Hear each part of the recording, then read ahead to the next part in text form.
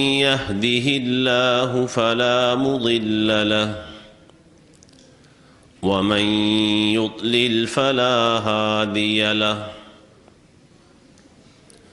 وأشهد أن لا إله إلا الله وحده لا شريك له وأشهد أن محمدًا عبده ورسوله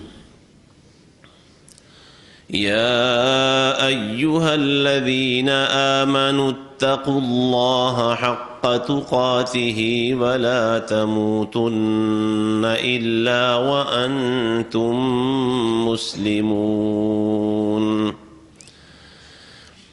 يا أيها الناس اتقوا ربكم الذي خلقكم من نفس واحدة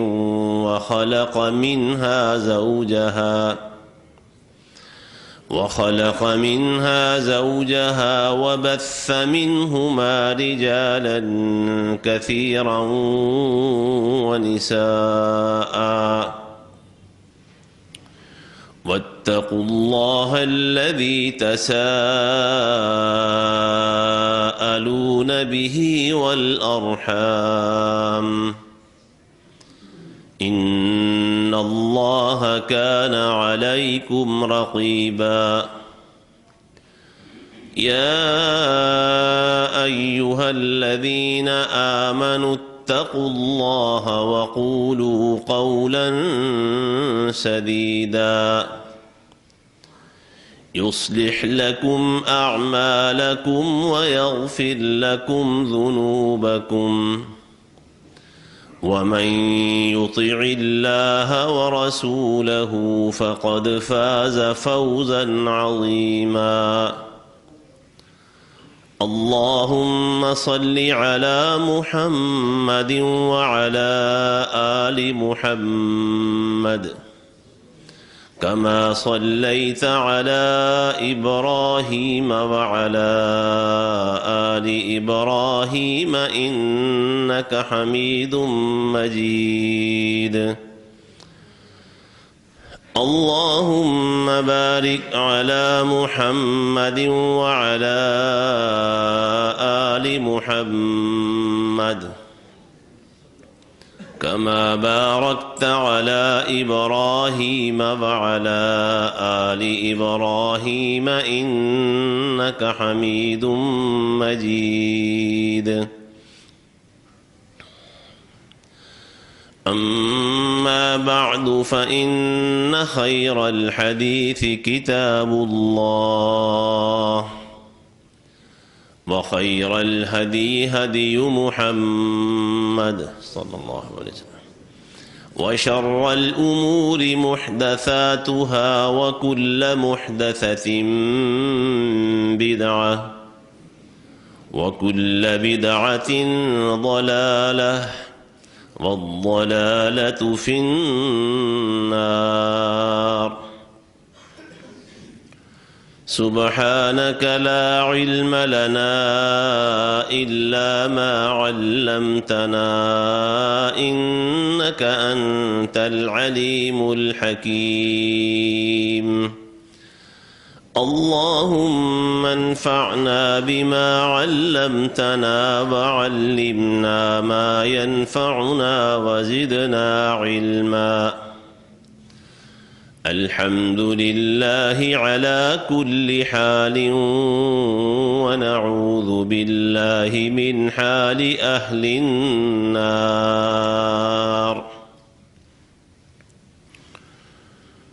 رب أعوذ بك من همزات الشياطين وأعوذ بك رب أن يحضرون أعوذ بالله السميع العليم وبوجهه الكريم وسلطانه القديم من الشيطان الرجيم ها أنتم هؤلاء تدعون لتنفقوا في سبيل الله فمنكم من يبخل ومن يبخل فإنما يبخل عن نفسه والله الغني وأنتم الفقراء وَإِن تَتَوَلَّوْا يَسْتَبْدِلْ قَوْمًا غَيْرَكُمْ ثُمَّ لَا يَكُونُوا أَمْثَالَكُمْ۔ سنو تم ہی وہ لوگ ہو کہ تمہیں اللہ کی راہ میں خرچ کرنے کے لیے بلایا جاتا ہے تو تم میں سے کئی لوگ بخیلی کرتے ہیں۔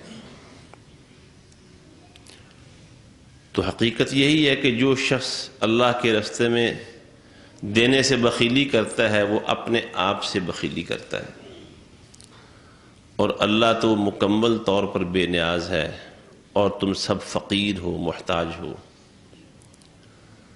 اور اگر تم نے اس حکم پر عمل کرنے سے منہ موڑا تو تمہاری جگہ پر بدلے میں ایک دوسری قوم لائے گا، پھر وہ تمہارے جیسے نہیں ہوں گے۔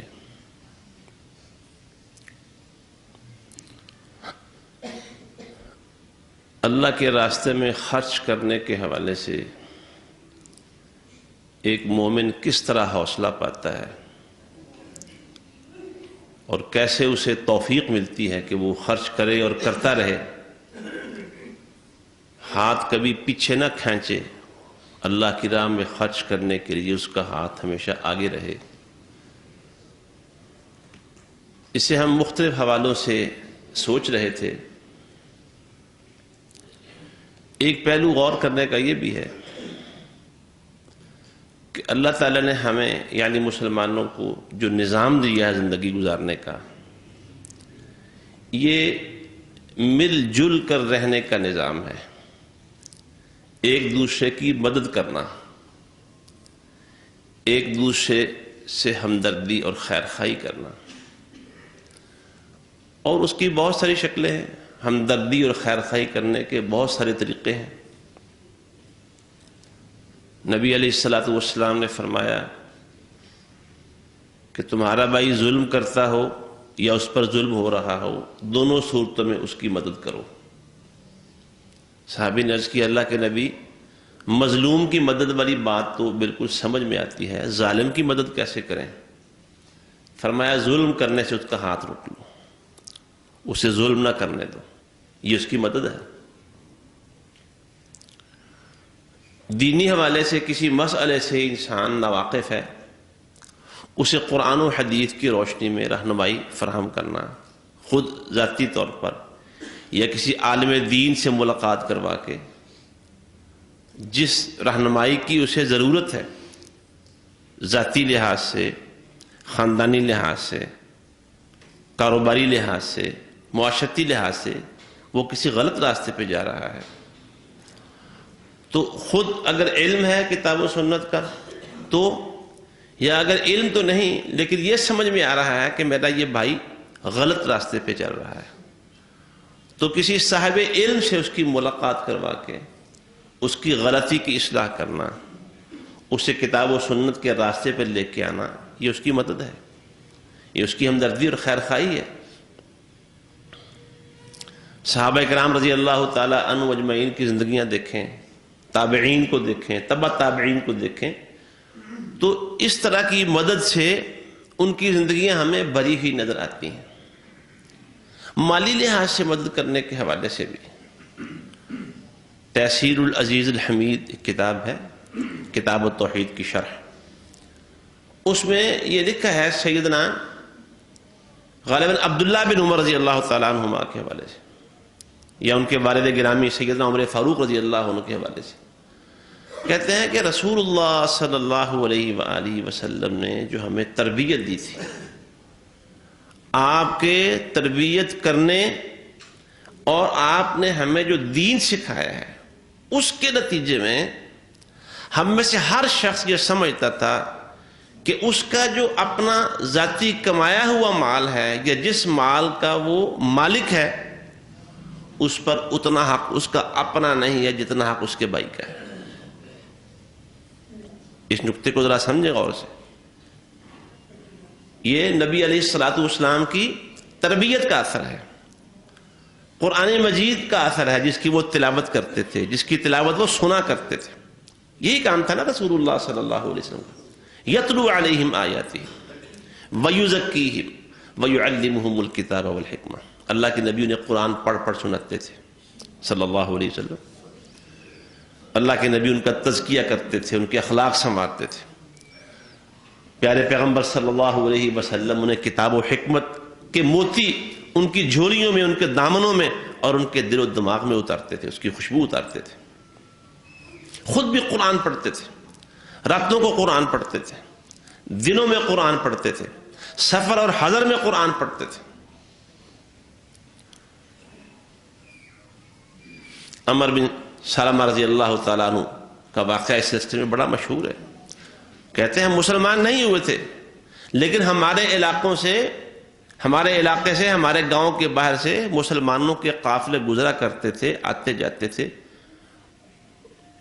تو ان کا کام کیا تھا، جب وہ کوئی بھی قافلہ ہمارے علاقے میں گاؤں کے باہر آ کے پڑاؤ کرتا تو وہ سواریوں سے اترتے ہوئے، سامان اتارتے ہوئے قرآن پڑھتے رہتے تھے. جب قافلہ روانہ ہوتا، سامان لاتے ہوئے، روانہ ہوتے ہوئے وہ قرآن پڑھتے رہتے تھے. میں نے مسلمان ہونے سے پہلے بہت سارا قرآن زبانی ان مسلمان قافلوں سے سن سن کے یاد کر لیا تھا. قرآن پڑھتے تھے. قرآن کا یہ اثر تھا، پیارے پیغمبر صلی اللہ علیہ وسلم کی تربیت کا اثر تھا. آپ نے ان کا تزکیہ فرمایا تھا، آپ انہیں کتاب و حکمت کی تعلیم دیتے تھے، وہ خود قرآن پڑھتے تھے. قرآن کا شیرہ ان کے جسم کے رگ رگ اور ریشے ریشے میں اتر گیا تھا. مربع ایسے تیار ہوتا ہے نا، اسے ابالا جاتا ہے، پھر اسے شیرے میں ڈال دیا جاتا ہے. جب شیرہ اس مربع کے ہر تہ میں سیب گاجر وغیرہ کے آخری حصے تک داخل ہو جاتا ہے وہ شیرہ، مربع تیار ہو جاتا ہے. قرآن و حدیث کا شیرہ ان کے رگ رگ اور ریشے ریشے کے اندر، ہڈیوں کے گودوں اور جوڑوں کے اندر میں رچ بس گیا تھا. قرآن حلق سے اوپر نہیں تھا. آج یہی معاملہ ہے. ہمارا المیہ یہ ہے، ہماری اکثریت قرآن حلق سے اوپر پڑھتی ہے. قرآن سنتے ہیں، اس کی آواز، اس کی سروں اور دھن پہ مست ہوتے رہتے ہیں، لیکن ہمارا المیہ یہ ہے کہ قرآن دلوں تک نہیں اتر رہا. تو رسول اللہ صلی اللہ علیہ وسلم کی تربیت کا اثر کیا تھا؟ قرآن یہی تھا، یہی والا قرآن. حدیث مصطفیٰ صلی اللہ علیہ وسلم کے الفاظ بھی وہی تھے، لیکن اب ہم وہ نہیں رہے جو صحابہ کرام رضی اللہ تعالیٰ عنہ اجمعین تھے. نہ قرآن بدلا ہے، نہ نبی مکرم صلی اللہ علیہ وسلم کی حدیثیں بدلی ہیں، ہم بدل گئے ہیں. کہتے ہیں آپ کی تربیت کا اثر یہ تھا کہ ہم میں سے ہر شخص کا جو ذاتی مال تھا، اس کا کمایا ہوا یا کسی اور ذریعے سے اس کی ملکیت میں آ گیا ہے، جس کا قرآن و حدیث نے حکم دیا ہوا تھا. اپنے اس ذاتی مال پر اتنا اپنا حق نہیں سمجھتے تھے جتنا وہ اپنے کسی بھائی کا حق سمجھتے تھے. تو بات سمجھ میں آئی ہے؟ مدد، ایک دوسرے کی مدد، دوسروں کا خیال رکھنا، دوسروں کی تکلیف برداشت نہ کرنا. کانٹا چبھے کسی مسلمان کے پاؤں میں، اس کی ٹیس وہ اپنے دلوں میں محسوس کرتے تھے. وہ کسی بھائی کو دکھی، تکلیف میں، پریشانی میں دیکھ نہیں سکتے تھے. یہی تو رسول اللہ صلی اللہ علیہ وسلم نے فرمایا. حدیثوں کا مطالعہ ہمیں یہ کیا سبق دیتا ہے؟ مسلمان دوسروں سے شر کو روکتا ہے اور انہیں سلامتی مہیا کرتا ہے. اگر ان کی طرف شر بڑھ رہا ہو، اس شر کو روک کے وہ ان کے لیے سلامتی مہیا کرتا ہے. یہ السلام علیکم ورحمۃ اللہ، وعلیکم السلام ورحمۃ اللہ، یہ کیا ہے؟ ہر مسلمان دوسرے مسلمان کو ضمانت دیتا ہے کہ میں تمہارے لیے سلامتی کا پیغام لے کر آیا. المسلم من سلم المسلمون من لسانہ ویدہ، المؤمن من امنہ الناس. وہ دوسروں کو امن پہنچاتا ہے، دوسروں سے تکلیفیں دور کرتا ہے. اگر کوئی تکلیف پہنچانے کی کوشش کرے وہ آگے رکاوٹ بن جاتا ہے, دیوار بن جاتا ہے. وہ برداشت نہیں کر سکتا کہ میرا مسلمان بھائی تکلیف میں رہے اور میں مزے کی نیند خراٹے لے لے کے سوتا رہوں. مسلمان ایسا نہیں کر سکتا. رسول اللہ صلی اللہ علیہ وسلم نے فرمایا کہ سارے مسلمانوں کی آپس میں محبت, پیار اور جو قلبی تعلق ہے اس کی مثال ایسے ہے جیسے ایک جسم ہوتا ہے. ایک جسم کے کسی ایک حصے میں تکلیف ہو, درد ہو تو سارا جسم اس کا درد اور بخار محسوس ہوتا ہے. یہ بخار جو انسانوں کو بخار ہوتا ہے یہ بھی کیا ہے؟ جسم کے کسی ایک حصے میں انفیکشن ہو جاتا ہے. کسی ایک حصے میں گلے میں انفیکشن ہو گیا ہے, چھاتی میں انفیکشن ہو گیا ہے, معدے میں انفیکشن ہو گیا ہے, لوز موشن آنا شروع ہو گئے ہیں, گلا درد کر رہا ہے, اس کا بخار سارے جسم کو محسوس ہوتا ہے. تکلیف یہاں گلے میں ہے, تکلیف چھاتی میں ہے, تکلیف پیٹ میں ہے. کئی دفعہ جسم کے کسی حصے میں وہ بڑے بڑے پھوڑے بن جاتے ہیں, تکلیف دہ پھوڑے. پھوڑا کسی جگہ پہ ہے, سارا جسم بخار میں مبتلا ہوتا ہے. کبھی غور کیا اس پر؟ کبھی اپنے جسم کی اس کیفیت پہ غور کیا ہے؟ تکلیف ایک حصے میں ہوتی ہے, بخار سارے جسم میں ہوتا ہے. تکلیف ایک حصے میں, رات بھر سارا جسم بیدار رہتا ہے. رسول اللہ صلی اللہ علیہ وسلم نے فرمایا یہ مسلمانوں کا معاملہ ہے. تداعى له سائر الجسد بالسهر والحمى. فرمایا مسلمان ایسے ہیں. کون سے مسلمان؟ جو رسول اللہ صلی اللہ علیہ وسلم نے تیار کیے تھے. وہ مسلمان جو اللہ کو مطلوب ہیں, جو قرآن و حدیث کا تقاضا ہے. وہ مسلمان تو ایسے ہوتے ہیں. آج ہم کیسے مسلمان ہیں؟ کبھی غور کیا ہم نے اپنے رہن سہن پہ, اپنی سوچ اور فکر پہ, سوچنے کے انداز پہ, اپنی طرز معاشرت پہ کبھی غور کیا؟ کتنے لوگ ایسے ہیں ہمارے خاندانوں میں, ہم سکھی ہوتے ہیں وہ دکھی ہوتے ہیں اور اس کی پرواہ نہیں, اس کا احساس نہیں. ہمارے کتنے مسلمان بھائی ہیں معاشرے میں جو بڑی بڑی مصیبتوں میں مبتلا ہوتے ہیں اور ان کو مصیبتوں میں دیکھ کے ہماری اکثریت منہ دوسری طرف کر کے پاس سے گزر جاتی ہے. کھب کے گہرائی کے ساتھ کبھی کسی کا حال نہیں پوچھتے.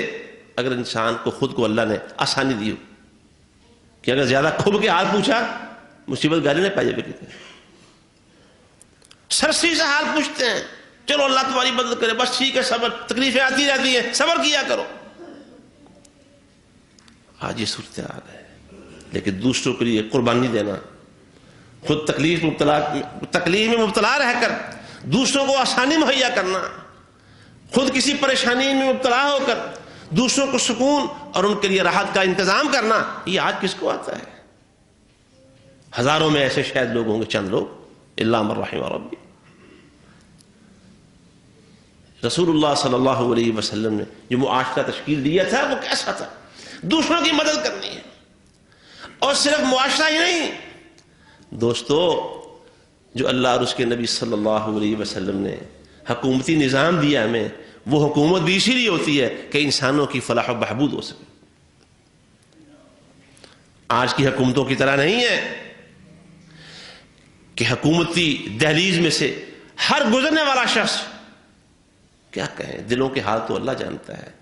لیکن جو ہمیں نظر آ رہا ہے اپنی اپنی زندگیوں پہ, جب سے جس نے ہوش سنبھالا ہے وہ ذرا غور کرے, جو آتا ہے وہ چوری کی نیت سے آتا ہے.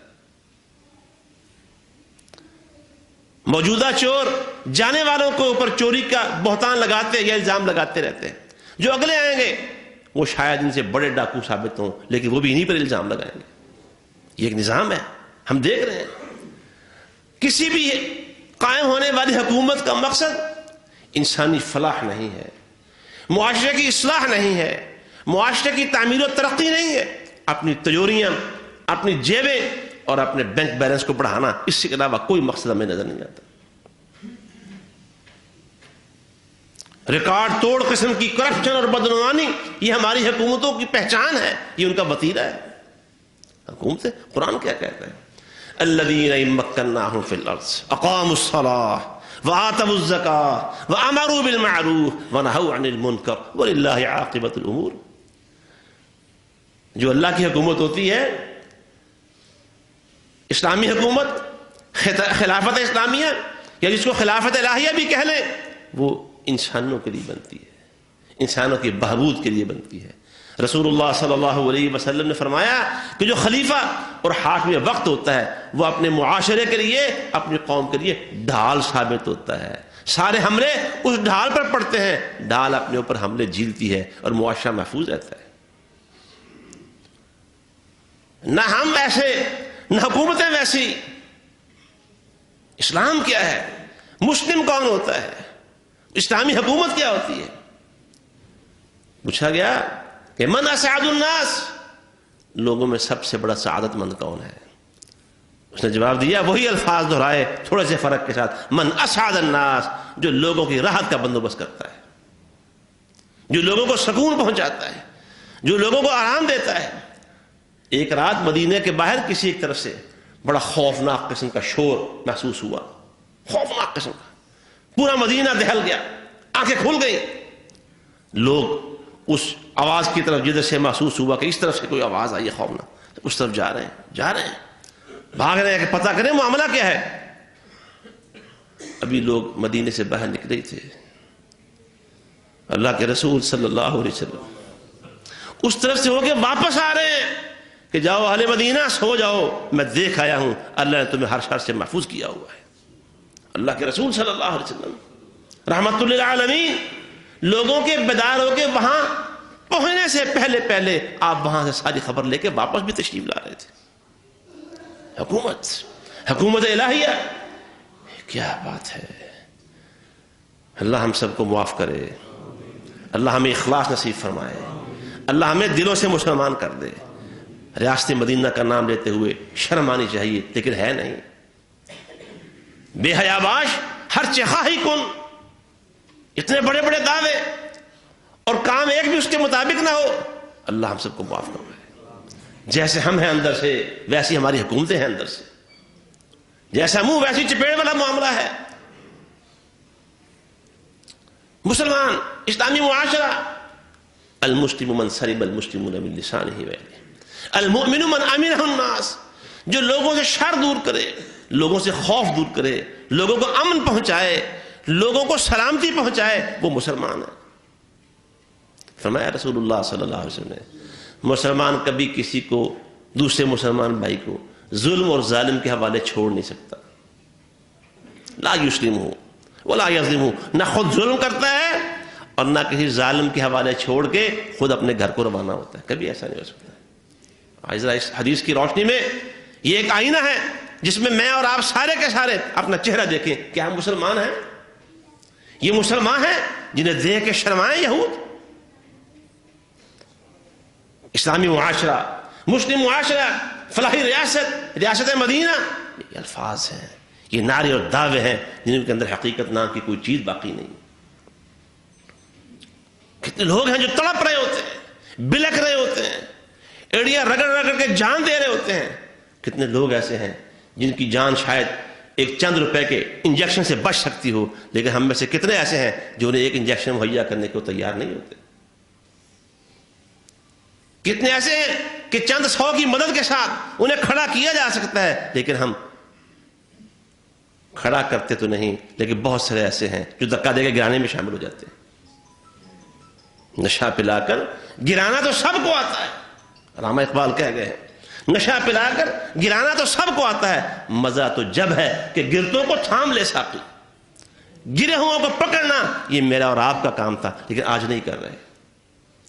گرتوں کو سہارا دینا، سنبھالا دینا اور کھڑا کرنا یہ اس امت کی ذمہ داری تھی۔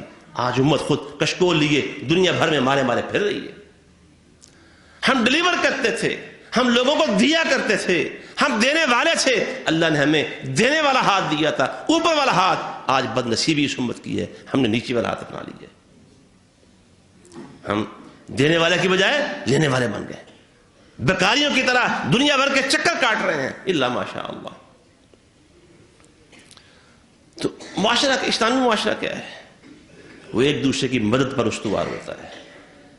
رسول اللہ صلی اللہ علیہ وسلم نے ایک اور مثال دی، اور کمال مثال دی آپ نے، فرمایا المؤمن للمؤمن کالبنیان المرصوص، ہر مومن دوسرے مومن کے لیے ایسے ہے جیسے ایک مضبوط دیوار کی ہر اینٹ دوسری اینٹ کے لیے ہوتی ہے. کبھی دیکھا آپ نے دیواروں پہ غور کرتے ہیں نا, اینٹ سے اینٹ یوں پھنسی ہوتی ہے, پکڑے ہوئے ہوتا ہے پوری دیوار اور پوری عمارت بنیادوں سے لے کر چھت تک, پہلی دوسری تیسری جتنی مرضی عمارت آپ کھڑی کر لیں, ہر اینٹ دوسری کو پکڑے ہوئے ہوتی ہے. فرمایا مومن تو یہ ہوتے ہیں یشد بعضہ بعضا. رسول اللہ صلی اللہ علیہ وسلم نے انگلیوں میں انگلیاں ڈال کے مثال کو واضح کیا کہ جیسے یہ اس طرح ہر مومن دوسرے مسلمان کو مضبوطی سے پکڑے ہوئے ہوتا ہے. کہاں ہیں مسلمان آج؟ یہ والے مسلمان کہاں ہیں؟ ڈھونڈنے سے ملیں گے, چراغ لے کے ڈھونڈنے کے بعد ملیں گے ایسے لوگ, الا ماشاء اللہ. معاشرہ تو یہ تھا, اسلامی معاشرہ تو یہ تھا. اس لیے رسول اللہ صلی اللہ علیہ وسلم نے فرمایا واللہ فی عون العبد ما دام العبد فی عون اخیہ. چونکہ ہمیں تعلیم یہ دی گئی ہے اور دوسروں کی مدد کیا کرو, دوسروں کی مدد کیا کرو. رسول اللہ صلی اللہ علیہ وسلم کے پاس ایک دفعہ ایک علاقے کے لوگ آئے, فاقے اور بھوک اور افلاس کے مارے ہوئے. پوری قوم اور پورا قبیلہ اپنے علاقے سے نکل کے مدینے آ گیا. انہیں پتہ چلا کہ مدینہ میں ایک نئی حکومت قائم ہوئی ہے, وہ انسانی حکومت ہے, وہ بلا تفریق اور بلا امتیاز انسانوں کی مدد کرنے والی حکومت ہے. وہ بھوک کے مارے ہوئے, افلاس اور غربت کے ستائے ہوئے آئے. کیسے؟ صحابہ نے نقشہ کھینچا, گلوں میں تلواریں لٹکائی نہیں تھیں, تلواریں تھیں ان کے پاس اس بھوک اور افلاس کے باوجود, لیکن ان تلواروں کے اوپر میان نہیں تھے, خالی تلواریں تھیں. اور صرف تلواریں خالی نہیں تھیں, ان کے جسم بھی خالی تھے. اپنے مخصوص حصوں پر کچھ کپڑے باندھے ہوئے تھے سطح چھپانے کے لیے, ورنہ جسم بھی خالی, کالے رنگ کے, پسینوں سے شرابور, گرمی کی شدت اور پسینے کی وجہ سے جسم سے تعفن نکل رہا ہے.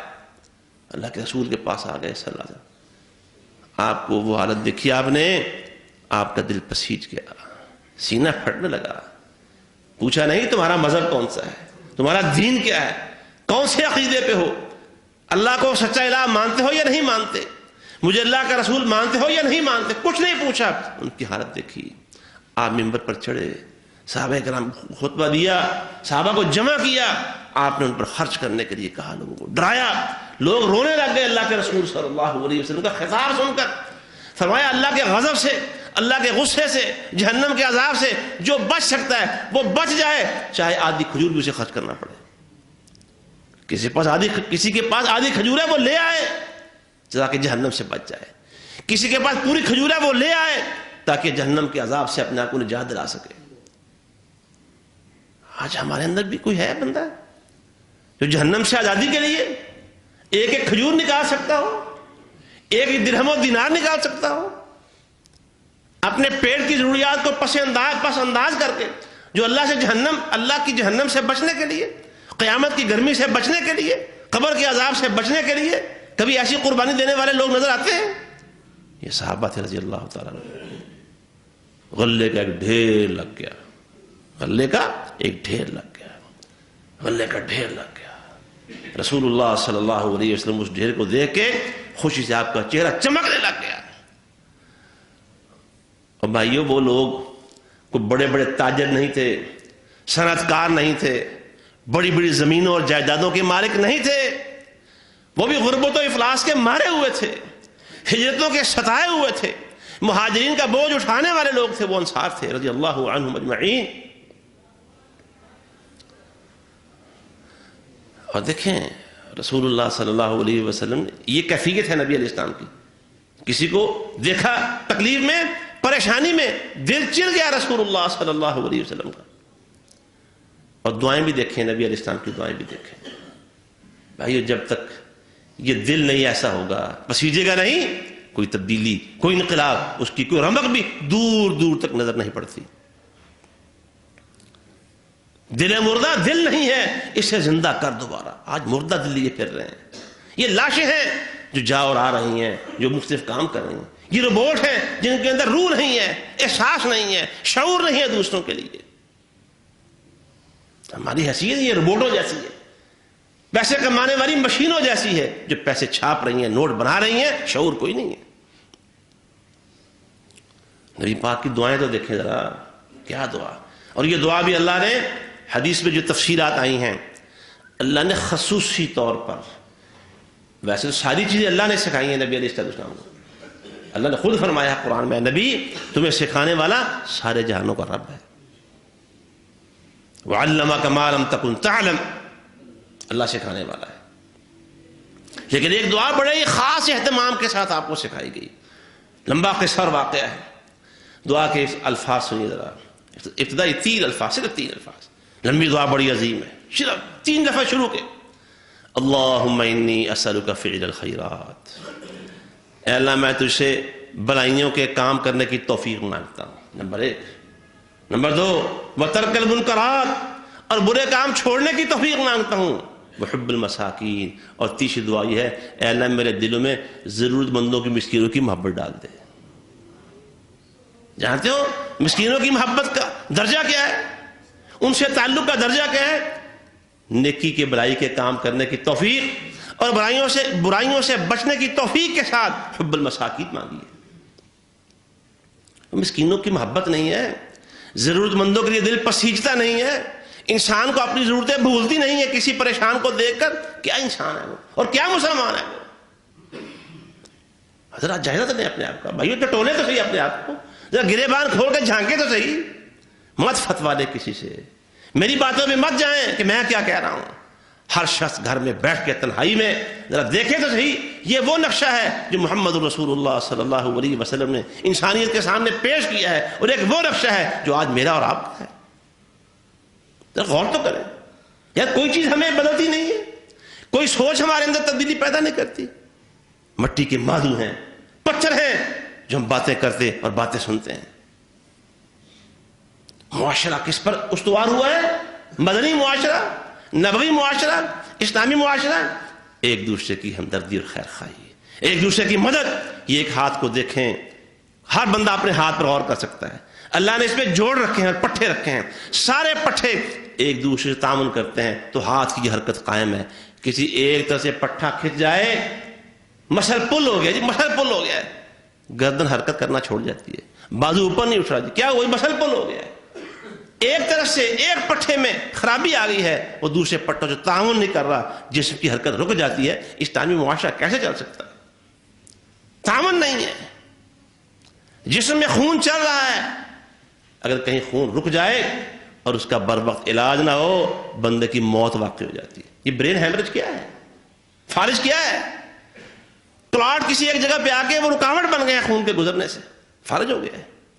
آج دولتوں کے کلاٹ رکے ہوئے ہیں، دولتوں کا خون رکا ہوا ہے، اور معاشرہ تباہی کے دانے پر کھڑا ہے، پرواہ نہیں ہے۔ تو نقطہ کیا ہے؟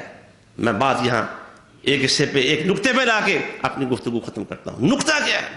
اسلامی معاشرہ جو اسلامی معاشرہ ہے، جس کے اندر زندگی بسر کرنے والے سب مسلمان ہیں، اور وہاں کی حکومت بھی اسلامی ہے، کیا ہے؟ وہ ایک دوسرے کی مدد پر استوار ہے۔ فرمایا رسول اللہ صلی اللہ علیہ وسلم نے، واللہ فی عون العبد ما دام العبد فی عون اخیہ، او کما قال النبی صلی اللہ علیہ وسلم۔ جب تو کوئی بندہ جتنا ٹائم کسی بھی شکل میں اپنے مسلمان بھائی کی مدد میں رہتا ہے، اتنی دیر تک سارے جہانوں کا رب اس کی مدد کرتا رہتا ہے، اس کا کام کرتا رہتا ہے۔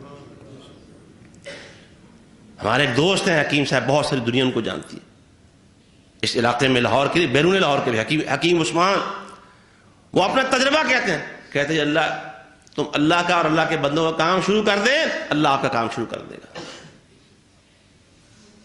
آپ اللہ کا کام کریں، اللہ کے بندوں، یار کہتے نہیں ہیں ایک ہاتھ دو دوسرے ہاتھ رو، کہتے نہیں، یہ اصول نہیں ہے معاشرے کا۔ تم اللہ کا کام پہ کرنے لگ جاؤ، اللہ کے بندوں کا کام کرنے لگ جاؤ، اللہ خود تمہارے کام پہ لگ جائے گا،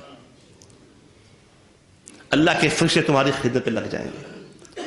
کتاب و سنت سے یہ بات معلوم ہوتی ہے، اللہ کا کام کرنے والا، اللہ کے بندوں کا کام کرنے والا، وہ رات کو مزے کی نیند سویا ہوتا ہے، اس کے پہرے پہ اللہ اپنے فرشتے مقرر کر دیتا ہے۔